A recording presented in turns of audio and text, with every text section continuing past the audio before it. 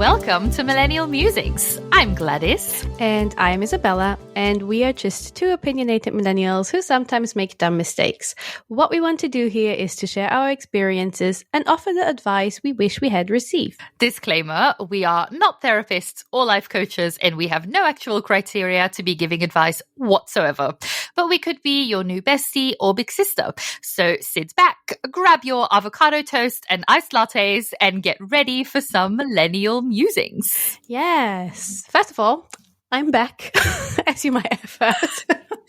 It is good to have you back. It felt very weird. I mean, I liked it, of course. I enjoyed doing the Valentine's Day episode, but I felt a bit odd. I think it was great. I think you two did a really good job. I loved Kyron's appearance on our show. He did well. Got really good feedback. I know. So many people complimented his voice. Oh, he has such a calming voice, that boy. Right? And then there's me with like my shrill shouting. I loved editing that episode though, because I didn't know what you guys were talking about. So it was really exciting to just sit there and listen. I was a listener myself for once. That was great. Oh, thank you. So, how have you been these past 2 weeks? I've been good. Well, actually, no. I've been ill and very stressed and overwhelmed. If I'm being honest, I haven't been good. But that's why I dropped out of that episode. I just needed to focus on a few things and get healthy because I had a really annoying cold. But now I'm all back. How have you been? I've been okay. I have been fine. Not much. Not much. Nothing out of the ordinary, I guess. Well, I'll get into my highs and lows, I guess, because, I mean, again, they're not big. They're nothing revolutionary. But yeah, of course, we did the Valentine's Day episode, but we recorded that one a couple of days before Valentine's Day. Valentine's Day itself was nice. We did absolutely nothing, which I would definitely recommend because, you know, there's like so much pressure to do things and go to fancy dinners where you pay twice the amount that you would normally pay on any other day. Or you have like a Valentine's Day menu and you don't even have many options and things like that. Like we just did not want to do that at all. But yeah, it was good. It was good. Also, something that I am very late. I'm like 10 plus years late to this, but I finally started watching Sherlock. Wait, when you said that before we even recorded, I thought you're just rewatching it. You've never watched the series? No, you always hated Benedict, didn't you? Well, not hated him, but you didn't like him or something, no? No, I have nothing against Benedict Cumberbatch. There was a time where I felt like he was cast in absolutely everything.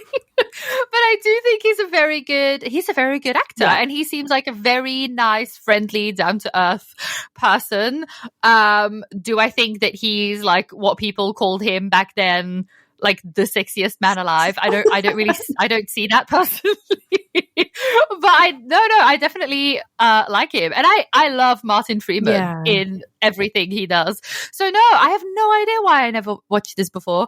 But when my friend Jonas came over, we went to the house, like their front door, and he was like, "What do you like?" He kind of assumed that I knew where we were, and I was like, "I have absolutely no idea." So he was like, "What? You've never seen this?" And so yeah, I literally just started watching it because he told me to, and I don't know why I never have, because yeah, I love it. I'm so jealous. I wish I could rewatch it from start with a blank canvas again. Yeah, like it's everything I like. It's set in London, like it's brilliant. Also, Andrew Scott, what the hell? His performance is unbelievable. He's Moriarty, right? Yes. He's hilarious. Like, what the fuck? But yeah, anyway, those were my highs. And then I don't really have any lows. Apart from maybe, this is so boring. the weather probably, Oh my because God, let me yeah. tell you, during the week it was so sunny and nice, and like on Thursday and Friday I was like staring out my window and I was like, oh my God, I cannot wait for the weekend and like have a nice day outside in this weather. And then yesterday I did go outside and it was so grey and windy, and I felt so like I was distraught. I was so disappointed. I was like, how? Like I was looking forward to this all week. Oh. But it was still nice. But yeah. No, I feel How about you? Well, my lows were that I was ill, stressed and overwhelmed for a week. But then this weekend, I'm actually really enjoying because, you know, when you had a really busy, intense week and then soon you can sit on the couch and not feel guilty about you should actually be doing something. So that was so nice yesterday. We went on like a walk. Ottie could run free without a lead, which is so cute. She full on went into the mud because, like you said, it was grey and miserable outside.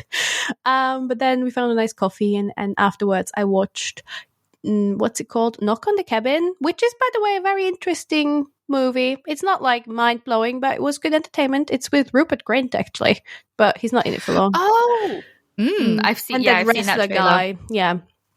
And then today was so nice so far. I slept in because it was Alex's shift with Ottie in the morning. Then we went for a walk already by the lakes, which for those 40 minutes we were walking, the sun was out and it was great. Now it's gone again. So now we're recording and then I'm going to go swimming. So that's my high. I cannot believe you're going swimming. I really want to go swimming. I know, I'm really excited. Oh my God, sorry. Now I need to take time off this podcast because I have a serious question for you. So I was in Germany visiting my friend, by the way, great time. It was really lovely. It was so wholesome. And we went to, we call it a Therme, but it's basically like a wellness spa.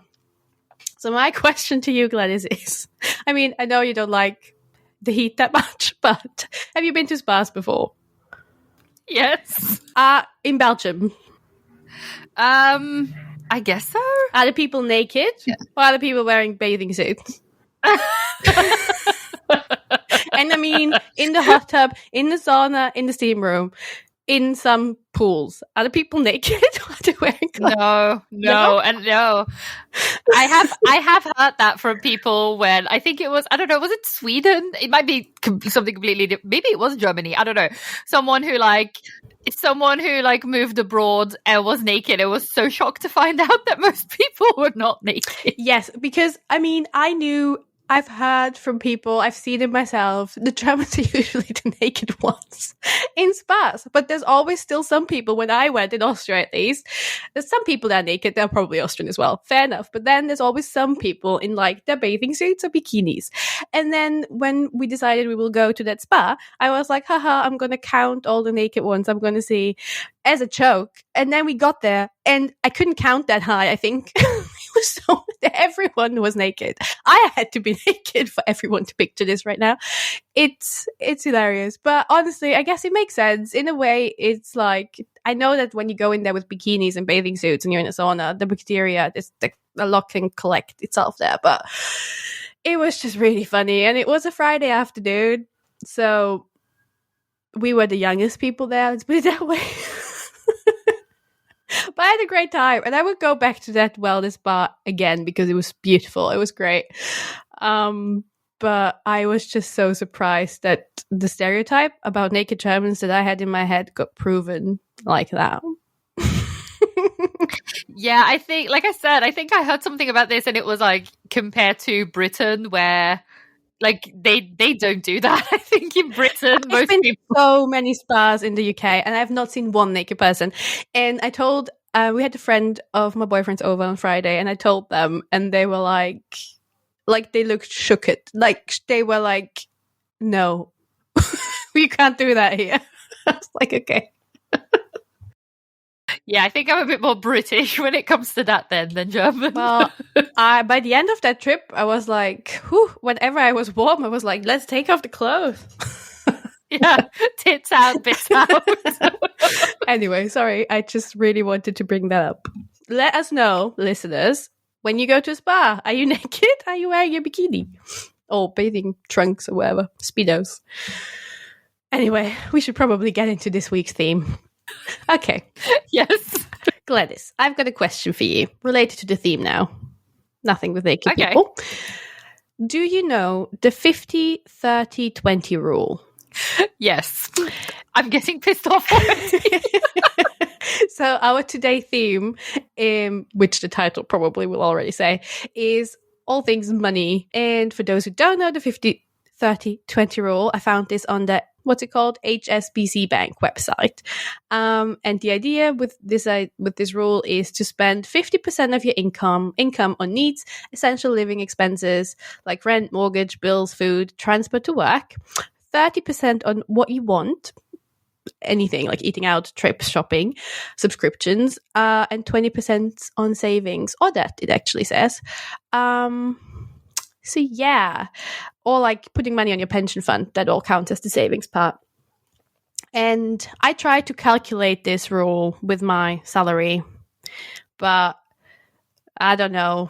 I would have to put so much in my savings, and that just simply doesn't work. And I need a lot more than those 50% for my essential needs. And commuting to work alone is so much money of my salary. And I only go in once a week. So yeah, that rule is a bit off, I think. I did that as well recently with my friend, and I think I might be wrong, but it was something around like 60% is what I pay to just live here.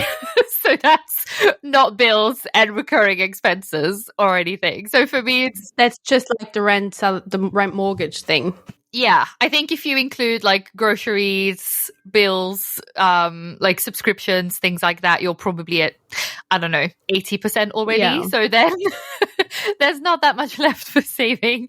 And I would like to say with that rule, I have very strong suspicions that the people who came up with this are not Gen Z and not millennials. Oh, no. Because this is, for many people, a dream scenario, like a complete illusion nowadays. Yeah, I just did some personal admin this morning, and with that I mean lying in bed with my phone and my bank account and seeing what kind of subscriptions I'm currently paying that I just want to cancel. Like my gym subscription, I canceled that this morning because with the yoga and the dog walking, I'm not making it to the gym. And some random Amazon extra channel subscriptions that I do because that I just easily create because it's so easy to subscribe when you have an Amazon account. Like when I need the crime investigation channel because there's a good docu-series, I'll just do it and then I forget about it. So I would actually give you that piece of advice. Check all the useless subscriptions you're paying because it did sum up. I have now £50 more because I cancelled several subscriptions. I also had to get some money out of my savings because every month I'm optimistic and I'm like, let's put this amount in my savings account, and then at the end of the month I'll get everything back out because it's just not working. I just can't save at the moment. So when I started thinking about this episode and this theme, which is of course money, I was like, okay, something I say a lot and something I hear people my age say a lot is we just want to be financially comfortable. So then I tried to find out, okay, what does that actually mean? What does it mean to be financially comfortable? And all the results I could find, of course, said that this means something very different for everyone. So then I was thinking about, okay, what does that mean to me? And for me, I would say the idea of being financially comfortable, I think in general, in our generation or just, you know, people in general, I think what we mean when we say that we don't want to be rich. Like we don't mean like, oh, we want to be able to do the most like lavish things and have like unlimited budgets. No, I think what we mean is we want to be able to enjoy life and also be prepared for unexpected costs. I mean, of course, reasonable unexpected costs, like your washing machine breaks or your fridge breaks or there's an unexpected vet bill or something. When I also say I want to enjoy life, I don't mean going for dinner or fancy bars 4 times a week or going on these massively luxurious holidays, but I mean not having to be like, oh, okay, I saved up as much as I can all year. Now I can either go on holiday or I can pay my car insurance. Like, I think when I say I want to be financially comfortable, ideally I would be able to do both. For me right now, I always I choose to live a little bit, and I'll get into that later, but I choose to live a little. That also means I basically can't put any money aside. I can't put anything aside on a month to month, especially for longer term goals. If I can put something aside, it's literally for my car insurance that is coming in 4 months, or for a holiday or something. I can't put anything aside with the idea of oh, this is for in a couple of years, or I'm saving up towards something really big. So that for me feels like there is this kind of constant feeling of unrest a little bit. Yeah, sure, I'm living life. I wouldn't say in a very extravagant way, but I'm living life. But there's also that constant feeling of okay, but if an unexpected bill comes, what happens then? And I feel like that's something, I don't know, we probably don't really talk about a lot, and talking about money makes people very uncomfortable. So we are here to do that. But yeah, the first thing I wanted to say was we don't want to be rich. It's just that normal things are priced at luxury prices. The number one thing being living a house, a roof above your heads, is so unreasonably priced that you almost have to be rich to be able to afford a normal life, if that makes sense. Yeah, being comfortable means you are well off at this point. Especially, I mean, I can only talk of how it feels now in the UK, because I haven't had a real adult full-time job in Austria, so I don't know how I would feel there. But I know that where I live, in my situation, I'm exactly like you say. Any big costs, and I would have any unexpected big costs, and I just would have a bit of an issue. And it also makes you feel a lot more, very obviously, more stressed about your job, because you're I really can't afford for any reason whatsoever to lose my job, because we're living paycheck to paycheck. We need it, each paycheck is just disappears very quickly throughout the month before I actually get the new paycheck. And that's not because, like you said, I'm spending crazy amounts of money on useless things. It's just things you need to live, like food, literally. Well, and dog food, which I could say is a luxury. Yeah, that's true. I have cat food as well. But I also remember when I moved to London 4 years ago, the first thing I started doing was on my Monzo, I have these categories. I have a budget for groceries, a budget for eating out, and that means a takeaway coffee, or if I have to buy lunch at work or whatever, and some other things if I go to the cinema or whatever. And I know that I've had to increase my grocery budget 3 times, and before the cost of living hits, I was able, I could manage with that amount. Now it's always more than that amount. I almost never manage to stay under that limit. Yeah. And I was just talking about this today with my boyfriend, because so we worked at the same company before, and the salary was quite good. It was good. It was a lot better. Yeah, you and I, not you and your boyfriend. No, sorry. Yes, you and I, not my boyfriend and I. I just talked to him about it. And salary was good, but then I was I'm going to follow my passion. I'm going to go into the film and media industry. And I literally halved my salary. I halved it. 50% was just gone of what I had. I was in a good position because I saved a lot of money when I had the job that we both had, you and I. But honestly, I don't know how I did it. I don't know how because I didn't live that different than I'm living now. If anything, I am saving a lot more money now. I'm struggling more with money now than I did back then, even though my salary is higher. So I think it's just one of the biggest things that proved to me, okay, we are in some sort of recession at this point. Oh, yes, 100%. I've never earned more than I have. Well, I started working 4 years ago. My salary hasn't even changed that much, but so I'm earning more in my adult life than I ever have, but I also feel I can do less with the same amount. Yeah, honestly, during my student years, life was great. I was fluid. I don't know why. I mean, there was certain student support you would get, but I also had 2 jobs. But still, it was I don't know. Who was this person? Like, I remember booking holidays. I didn't even have to think twice. I was like, yeah, let's just go. Like, how did I do that? Yeah. Well, talking about salaries, I've got some stats, of course, about salaries. So I looked up the average salary for women in London. So this is just focused on London, which is actually higher than I expected. It's 51.6k, but the UK, the general UK average salary for females is 37.2, and that was based on 2023, the year 2023. Then the average salary for a male is 67.2k. Surprise, surprise. A bit more.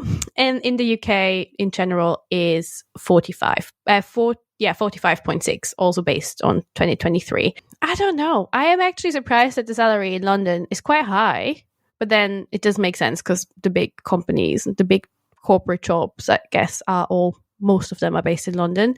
But then when I would think, I did some math of how much you probably would pay, and then 51k is actually, as high as it sounds, not that much. No, well, first of all, I would like to say I'm below that average. I'm currently below 50k, but I also Googled, like, how much do you need to be comfortable in London? And the overwhelming answer was like between 50 and 60 at least. Yeah. Which explains, a couple of things. But the thing is with these salaries, like, so in the UK, when you have a student loan, you don't have to pay until you reach a certain amount. Like, I think you need to now earn 28k or something. Or was it 20? I don't know. Something in the 20s. You need to earn a certain amount before you start paying your student debt back. And then when you earn like 28k, it's not that much. You pay maybe like 30-40 pounds back a month, which is just automatically taken off your paycheck. But if you earn 51k, it takes quite a chunk of your paycheck. Like, obviously, the higher you earn, the more you pay back, and you have no control over that. That is just taken out if you want it or not. So you might get a big bonus, but then you also pay a big part of that bonus back to student debt. And the interest in your student debt, it's 6%. I'm literally paying 6% interest on my student debt. So the last time my student loan, because it was just a postgrad loan, was 10k. And I checked how much I've already paid back. I checked my status of the amount that's still left to pay back, and it's now at 11k. So this is great. Yeah, I mean, I'm so grateful I just studied in Belgium. Okay, so we talked about salaries a little bit. So I also want to get into the title of this section is literally "Our Generation is Fucked," because I tried to look some stuff up, and of course, like, this is probably not news to anybody. But a lot of articles that I found said millennials earn more than any previous generation, which of course makes sense because everything increases, including salaries. However, the cost of living, and I don't necessarily mean like the cozy lives that we're referring to like the past 2 years, but just in general over the past decades, the cost of living increases have massively outpaced wage increases.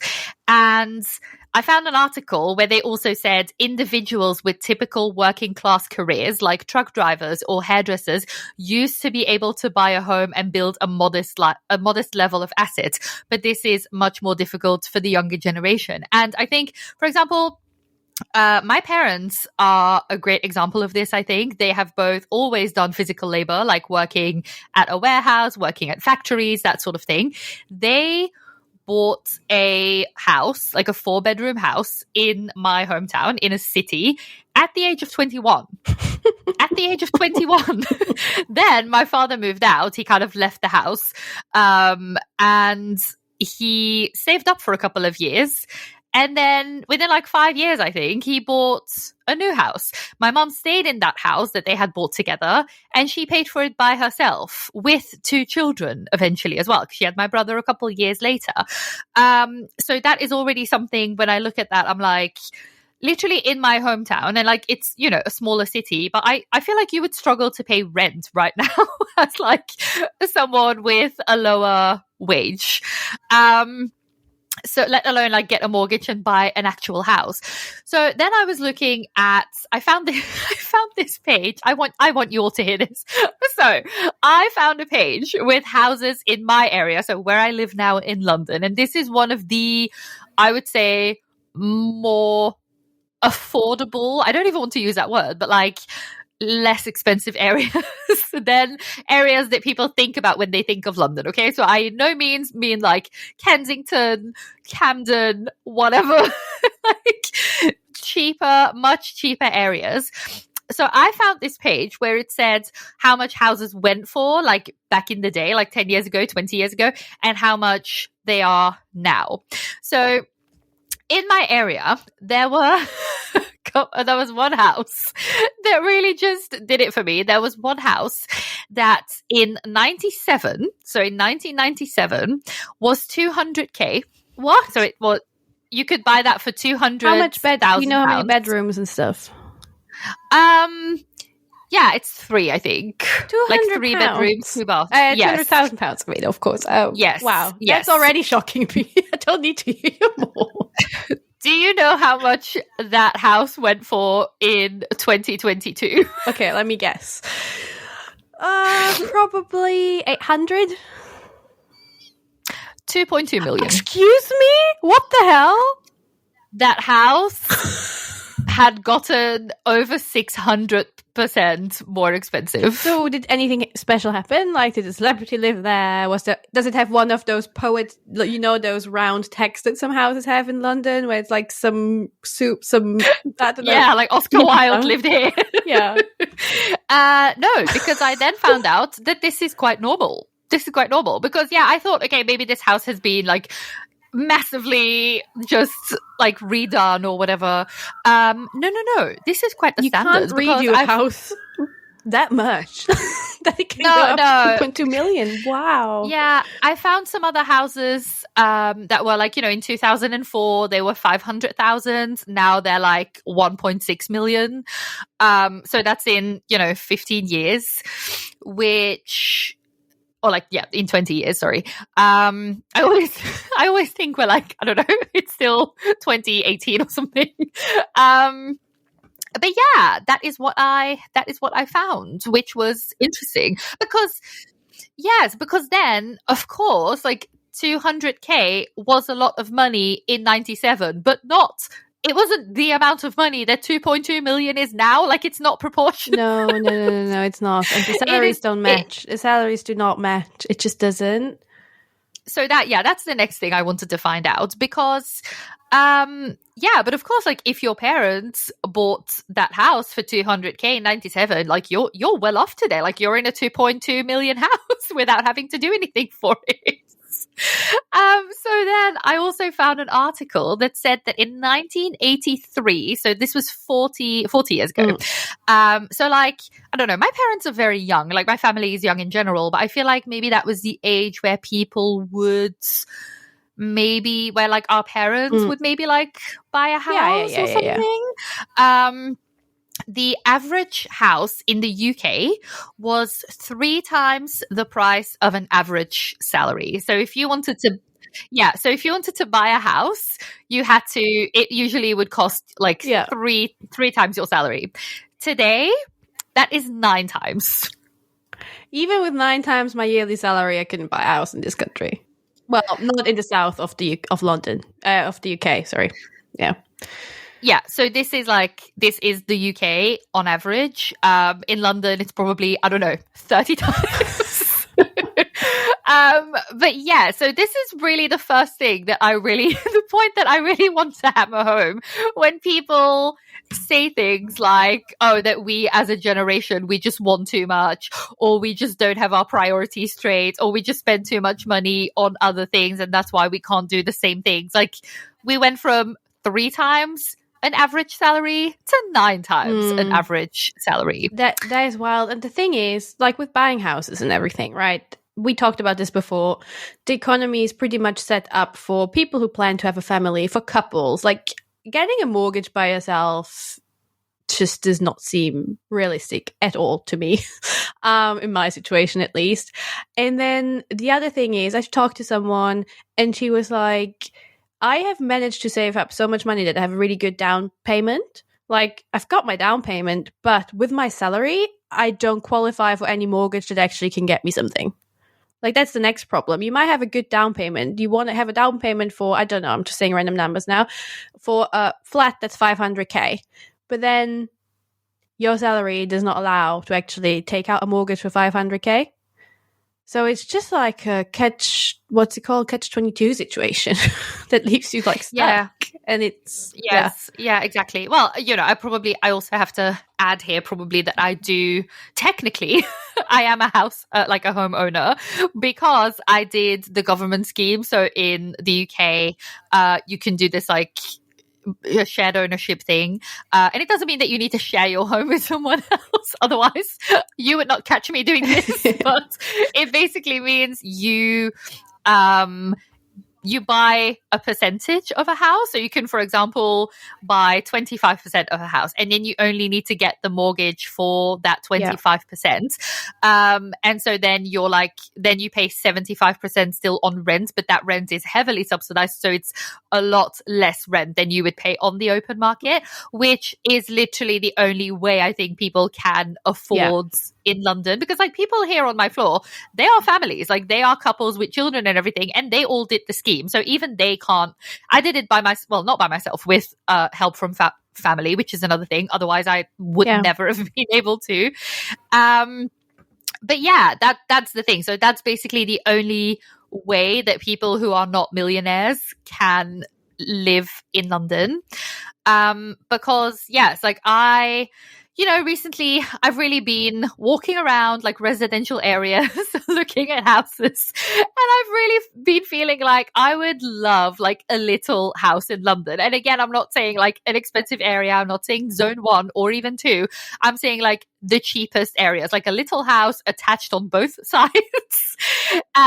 Even if I would magically have a deposit of 500K, I would still be looking at like monthly payments of, I don't know, upwards of £4,000-5,000. Yeah, I know. It's just so shocking. So while you were talking about this, I was thinking, okay, so you know how people in the UK say, I'm working class, I'm middle class. I don't know. What's the next level after middle class? Upper class? I was thinking, okay, what do we fall into then? Like, when are you middle class? When are you working class? And I just Googled, and it said, well, I pretty much assumed that you and I would go into the maybe lower middle class. Because it says the vast majority of British people fall into this category of middle class, such as shop owners, white-collar professionals, literally those who wear a white collar, like a businessman, office workers, teachers, journalists, nurses, and so on. So I guess we are middle class, but I feel like, we know that years ago we would be way more up in the middle class thing. How do you say? Middle class category. And that is actually one thing I wanted to talk about in general. It's the classes in the UK. Like, of course, money will always put you in certain positions, or like, how you seem to other people, how they see you. But I've never thought about this at all growing up in Austria until I moved here, where everything is related to the classes, like even the supermarkets, because I feel like people use Waitrose and M&S to prove their standard in society, because they're like, oh, I do my weekly shop at Marks and Spencer's because their fresh produce is just so good. And I don't know, I like Waitrose. I like a Waitrose, okay? I mean, if I have to choose a shop where I would love to do my shopping, it is M&S, because they have bread. I mean, I get my bread from M&S, but the rest I get where I can afford it, But it's just like that whole classism thing it's just wild to me. But we talked about this before. It's like with the politics in the UK, it's more like rich and poor instead of right or left wing. Yeah, I agree. I feel like in the UK as well, I definitely get the sense that divide is a lot bigger, and that, like you said, everything is about class. Yeah. I love the supermarket thing, because honestly, I haven't been to Waitrose. I did it when I had just moved here. I was very naive and I thought that could be my life. I haven't been to Waitrose in 3 years. We did our Friday shops at Waitrose during lockdown, because you literally went nowhere. So sometimes on the Friday, when we wanted to have an exciting weekend, we queued in front of Waitrose because it was lockdown, and got ourselves some treats. But that was literally, we went there to buy one dinner because we wanted to treat ourselves for that evening instead of going out for a meal. And it still cost as much as like my normal food shop, like half of my normal food shop, but that's like 5 meals. So yeah, I just found that funny. And then now a bit of a more sadder thing about classism is because I, as you know, listen to true crime. And I was listening to Red Handed, and their latest episode is about Shannon Matthews. So I didn't know about this case, but apparently if you grew up in the UK or you've been here in the early 2000s, you've heard about it, according to them. But basically what happened there is she disappeared. She's like a 9-year-old girl that disappeared just really shortly after Maddie McCain. And the difference between them was Shannon Matthews was from a working class family and Maddie McCain had like doctors as parents and was well off. What they were talking about is you could feel the classism so much. The police and the neighbors and the community where Shannon grew up, they all helped together to find her, to try and find her and look into her when she disappeared. But the media coverage or just how people talked about it was so different. And then Hannah from Red Handed said she went to a private school, and she said that because there were a lot of posh parents. And she remembered one woman saying, "Oh, no one will care about Shannon because he's a chaff." And it's like, it's just wild to me that that has such an impact into anything really in this country. Yeah, 100%. It also reminds me of, more recently with Sarah Everard. And I'm not sure if this was a class thing or just a good old racist thing. But like a couple of months later, a teacher disappeared in like a very similar way. And that was barely covered. Like nobody really talked about that. Whereas Sarah Everard was like big. Like it was big. It was all over the news. I mean, that is literally weeks. that thing that they say in true crime a lot. Now I don't know how they call it exactly, but it's like the pretty white girl thing. Like I don't know how it's actually called, the real term, but something like that. And it's true. So unfortunately. And then also, when talking about money and classism, another thing I was thinking about is how you start noticing the different lives you might live when you look at your friends and yourselves. And with that I mean you start your job and then you automatically come into different salary brackets because you have different interests, different industries, whatever. And then you notice you have those friends that just earn a lot more than you, and things start to become a bit difficult. Like maintaining a good connection to a friend can then start feeling like a luxury instead of a necessity as well, because there's a financial strain of maintaining those friendships. It's like, going for dinners or the cinema or just not being able to join on certain trips a friendship group might go because you just can't afford a trip for the next year or two. It reminded me of that episode in Friends where Joey and Phoebe go out. Well, the whole group goes out for dinner and then Joey and Phoebe are like, well, we just want to pay what we ate because we don't have that much money to pay for those 4 bottles of wine we didn't take a sip from. And I do have to say, I hate when we go out for dinner and I actually didn't eat and drink as much as other people, but then they want to just separate it evenly because I'm like, I need to watch my money also. But yeah, I think at that point, classicism can become a thing as well because, you just don't fit into their life anymore. They don't fit into yours because you just can't afford it anymore, especially if you live in cities like London where you pay 30% of a salary because you're breathing on the street. Like, it's hard to just go for a drink or something. And then the other thing is, and this is more like for this is regarding experts like us, it's hard to keep friendships up when you moved abroad and then every time you visit someone or you want to see someone, it's like £300 because you need to pay a flight and everything else that you have to pay on the way. And then, like I'm going to Austria a lot, but I'm living with my mom and she's also paying the food I'm eating. Or I visited my friends in Germany, but I stayed with them and they were nice enough to pick me up from the airport. So what I pay is the flight, and that can be planned in advance and you can get it cheap, but it takes a lot of planning and it still costs money to see people you want to see abroad. So I hope that there's some understanding on those sides that it can't always happen. Like you can't always visit them because it's just, too much. Yes. And I mean, for me, Belgium, okay, the Eurostar, you can get lucky and book it for like an okay price. Flights to Austria, I recently booked one. Oh, not cheap. so then it's almost like a luxury for you to visit your family, I am lucky because my family likes to help me out when I need something. Well, that sounds like I get something every time. I mean, when I want to visit them, and I'm like, look, I can't really come if I don't have any support right now because it's just too much that I have to pay at home. But yeah, it also doesn't happen that much anymore that I go visit people because I'm like, I actually need to cut back so I can maybe sometimes can put something in my savings. Yeah, I had to think of that Friends episode as well, where like it was like 3-3, like the three who were like, I think it was Ross who was like, oh yeah, we just never think about money that way, and Rachel's like, that's because you have it. Yeah, literally. Like, and that is the thing, and I think that episode really showed that as well, because like that, I'm just gonna say, there are colleagues that I see on Instagram that I'm like, I would never be able to be friends with these people because you see them at like the fanciest bars and restaurants, and it seems like, you know, and it's, yeah, like if you're part of that friend groups like that, like I can imagine how it's difficult. And also there are things that are just considered so normal. For example, with colleagues, like leaving presents, birthday presents, baby presents, wedding presents. Like, I'm sorry, but I'm not chipping in for like every colleague who decides to get married or has a baby. Like, as far as I know, that has nothing to do with me. Why do I need to spend £20 on that? I know, yeah. I'm just signing cards now because I would chip in, but you need to pay me more if you want me to do that.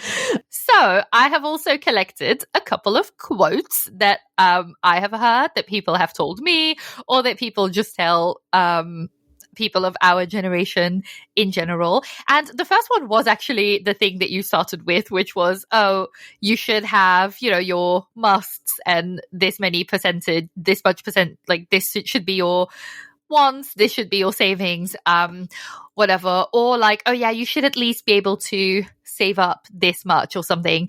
And yeah, we've discussed that already. For many people, that is just not realistic at all whatsoever. But there's also, I mean, I remember that like there was a time where I considered, or where I was, you know, I don't know, thinking about the possibility of, oh, could I maybe start working as like a freelancer, as like a freelance writer? And people would tell me all the time, like, oh yeah, but you know, you have to save up like 6 months worth of salary so that you can kind of bridge that like gap where you probably earn less in the beginning, or things like that, or where people, or when I was still working at the shit show and I was miserable and people, I remember there was one person who literally told me like, oh, but you know, just stay there until you've saved up like 6 months worth of salary, and then you can like quit and take some time to like see what you want to do, or like see if you can be a freelance writer. And it's like, the people who say this, it literally would take me 40 years to save up 6 months salary. Yeah, it's really like, not. I wouldn't know how to save that up at the moment, honestly. No, and so many people say that like that's the rainy day funds that you need and everything. It's like, but you literally cannot save that up right now. It's raining all the time. That's the problem. That's the thing. It's pouring. It's pissing it down. Yeah, another big thing, of course, and then more specifically for me is, yeah, but you don't have to live in London. And that is a thing where I feel like, no, that's very true. I don't have to live in London. I do want to live in London though. And for me, it's like walking around in London and like being able to just spend my weekend here without having to pay, I don't know, £60 on like a train ticket is genuinely the best thing in the world for me, and for me like mentally. So not being able to do that anymore would make me a little bit sad. And then also, if I wouldn't live in London, or many people who don't live in London, or maybe many people also cannot afford not living in London, and maybe that sounds weird, but if you work in hospitality or in retail or whatever, and that's where the jobs are, and you need to be there 5 days a week with these UK public transport prices, like, okay, then you would maybe save a little bit on rent, but you would literally spend like £400 a month. That's not even an exaggeration, on getting to work. So many people also often don't have another choice than to live in a city. And people used to tell me that in Belgium as well. Like, yeah, but you know, you don't have to live in Antwerp. It's like, shut up. Like, Some people just like living in a city, and that should be an option. I mean, I don't live in London, and I don't go into the office every day. The office is in London. I go into the office once a week, and that is already, let me do the math. That's £200, and I don't go in every day. A month, £200 a month. And I live, it's a 25-minute train journey for everyone. Yeah, you actually looked at that recently, like where you live is like in distance. It's like Brussels, Antwerp in Belgium, which is funny because like it's considered like almost, I don't know, almost like the outskirts of London or like right outside London. It's not even on the tube map because of the Lizzie line. It's on the tube map, whereas in Belgium, Brussels and Antwerp are like two very different cities, but in distance, it's the same.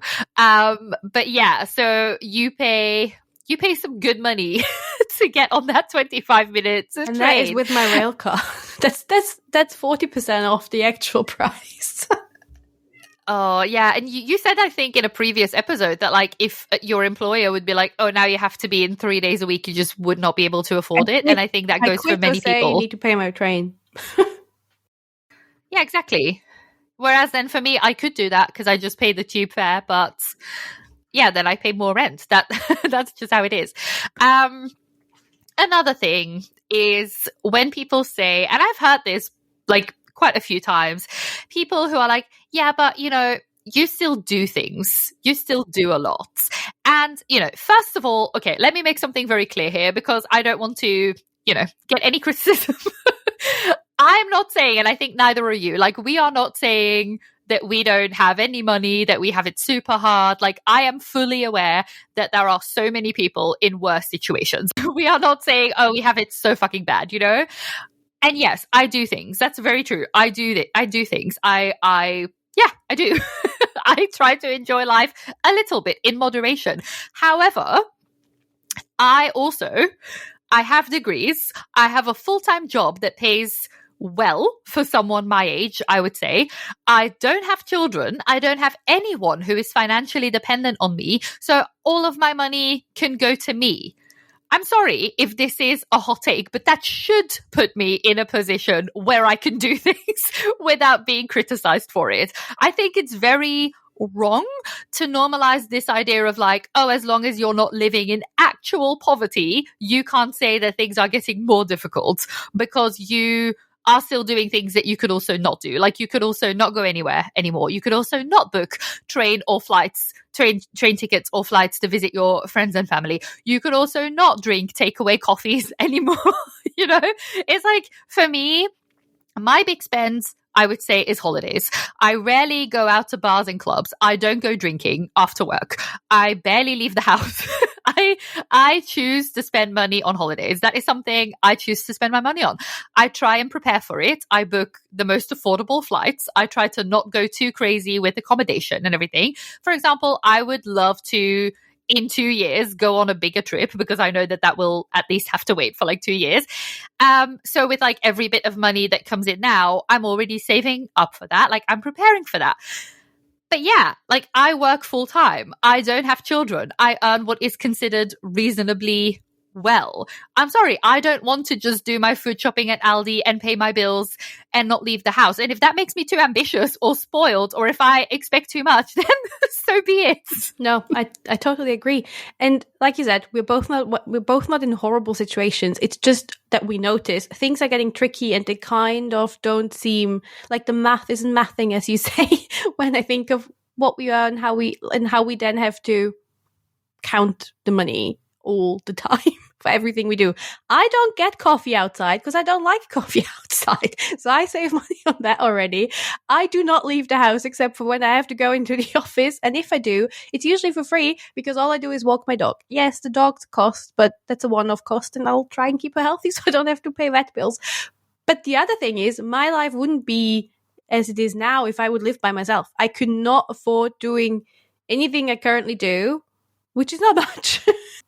If I wouldn't live with my boyfriend, because my salary just works within a couple, as stupid and horrible as this sounds. Yeah. Yeah, that's the thing. Like, I saw this TikTok of this woman who said, you know, she said, I did everything right.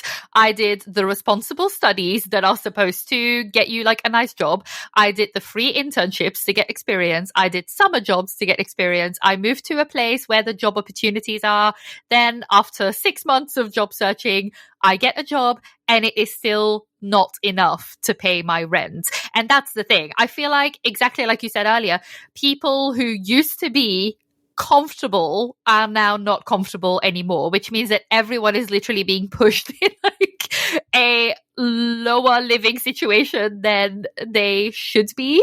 And that's exactly my point as well. Like, we are not saying, oh, us young professionals with an office job, we have it so bad and we have it so much worse than everyone else. We are saying, of course, nobody should be struggling financially. But if even us, if even the ones who are earning well, if even the ones who got the good jobs, if even the ones who have support from family and are privileged in many ways, if we are not comfortable, there is something wrong. Yeah. Like, there is something seriously wrong. Yeah. And we, like we said, we're not unresponsible spenders or anything.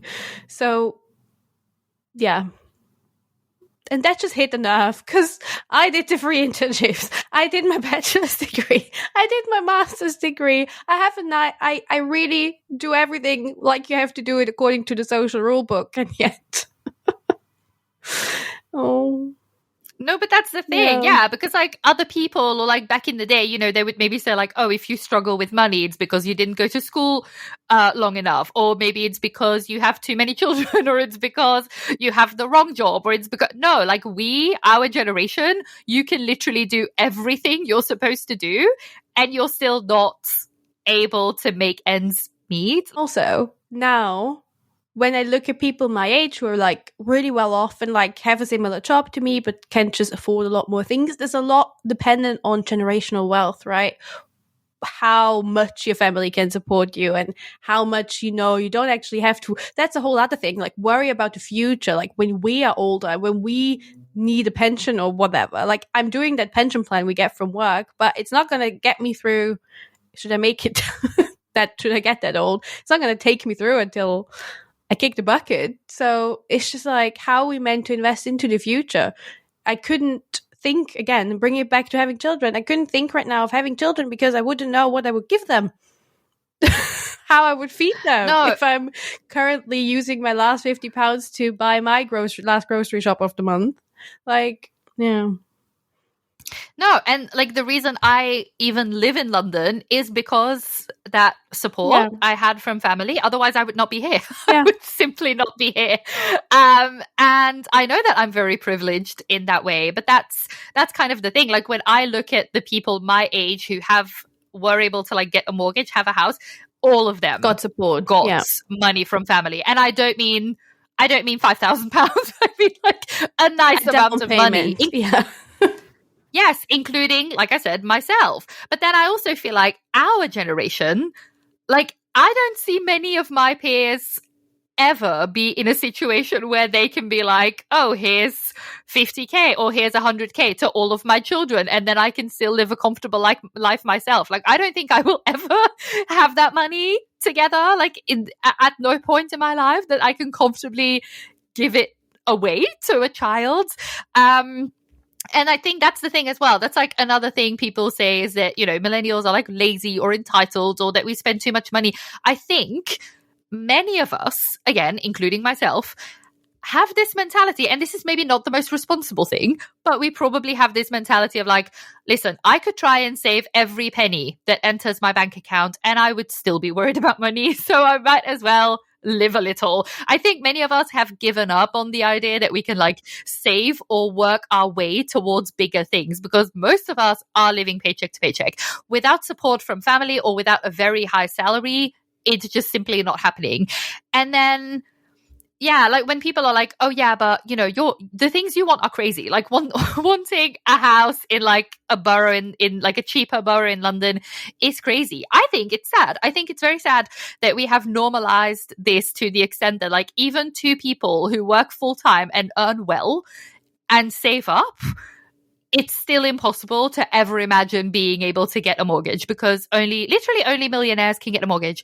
If you can only get a mortgage in London if you have at least $1 million to give to the bank. So I think, yeah, many of us just are like, fuck it, we will buy our avocado toast and iced lattes because we're never going to be able to afford a house anyway. Yeah, and sorry to bring the mood down, everyone. This is more like a rant than any advice. Actually, I do have some advice that I'm trying to do in the next few months. So I have a dog, right? And my boyfriend and I sometimes both leave the house at the same time because she's a puppy. She can't be alone longer than 2 hours. So we got a dog sitter every now and again. And we met another couple that do that on the weekends and do some dog walking or just take the dog into their house during the day and then you pick him back up. And they make about 500 extra pounds a month while they do their normal job from home, but also just have an extra dog in the house. So I'm going to try, and once Ottie is a bit calmer and actually doesn't want to play with every dog she sees, I'm going to try add some dogs to my walks, because I go on the dog walks anyway. Might as well take 2 with me and make £40 with those 2 dogs. So find little side hustles. I'm not saving a house with that dog money. That's just going to pay for my M&S bread. Yes, but again, we are in such privileged positions that we can do these things, because people, and I saw this other TikTok of this woman who was crying, and so many people, boomers, were commenting on it and being like, oh, these millennials. They were saying, yeah, that she's lazy, entitled. But the TikTok was like, okay, I started my job. I have to be there at work 5 days a week. I don't get home until 7:30 p.m. Then I need to cook, do things, clean. But where do people, how do people do it? And that's the thing as well. We are in very privileged positions that we can do things from our house, that we can go for a dog walk during the day, because imagine people who work in hospitals who have to be on site. Yes, because then imagine having this idea that's I want to, even something like applying for a different job. Imagine just being oh yeah, I really want to apply for other roles, see what's out there. Literally when? Where? When? Because you get home after work and you're probably knackered, and and then when you do have a day off, you probably want to do something else than being on fucking LinkedIn. So that's the thing. Many people just don't. I mean, I feel that way already. So, and I can work from home. So I can't even imagine people who, they still need to do their housework and everything. I can do my laundry during work, but there are so many people who just can't. I know. So then how do you do a side hustle or whatever? Just after those long shifts somewhere. Long shifts. So many people do it. A lot of people have 2 jobs. They work during the week, and then on the weekends they have their other job, or they work during the week and then after work they go and clean. It's just unfortunately what society, what the economy is forcing us into. That's unbelievable to me, because for me, even a 2-day weekend is not enough. I need an extra day.